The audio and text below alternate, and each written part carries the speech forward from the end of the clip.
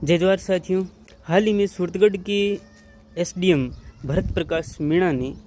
यह आदेश जारी किया है। सूरतगढ़ क्षेत्र में जितने भी धानक नायक नायिका करके जितने भी इस कास्ट के लोग एसटी सर्टिफिकेट का लाभ उठा रहे हैं, उनको ये सूचित किया जा रहा है कि वो जल्द से जल्द अपने एससी के सर्टिफिकेट बनवा लें और एसटी के सर्टिफिकेट का लाभ उठाना बंद कर दें, अन्यथा ये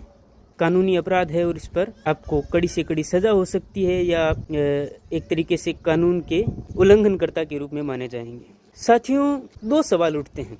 पहला सवाल तो ये, या तो सूरतगढ़ क्षेत्र के प्रशासन के इतिहास में आए पहले सारे के सारे आरएस या आईएएस अधिकारी जो एसडीएम तहसीलदार बने वो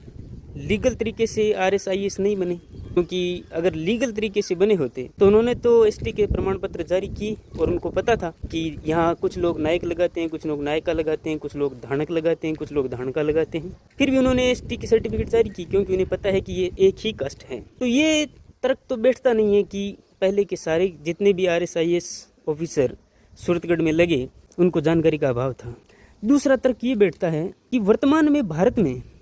एसटी शेड्यूल्ड ट्राइब माने अनुसूचित जनजाति का सर्वाधिक लाभ अगर कोई कास्ट ले रही है तो उस कास्ट का नाम है मीणा, और एसडीएम साहब भरत प्रकाश मीणा हैं। कहने का तात्पर्य ये है कि या ये हो सकता है कि उनको कहीं आघात लगा हो, पर्सनल आघात लगा हो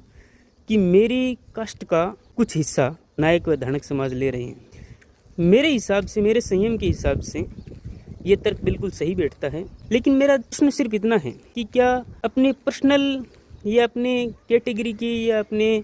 समाज के कारण आप अपने पद का गलत फ़ायदा उठा सकते हैं? साथियों, जिस प्रकार के माहौल बन रहे हैं, एक तरफ तो हम कह रहे हैं कि हम पूरे राजस्थान में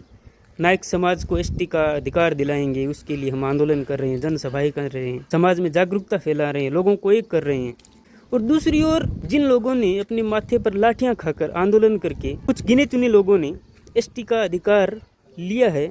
और एसटी के प्रमाण पत्र बनवाए हैं, उनको भी प्रशासन की साजिश के द्वारा उनका अधिकार छीना जा रहा है। और मेरी चेतावनी है ये पूरे समाज को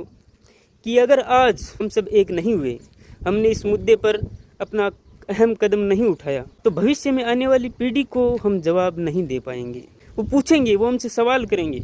कि जब आपसे आपका एसटी का अधिकार छीना जा रहा था तो आप क्या कर रहे थे? साथियों, ये बड़ा नाजुक दौर है। इस कठिन परिस्थिति में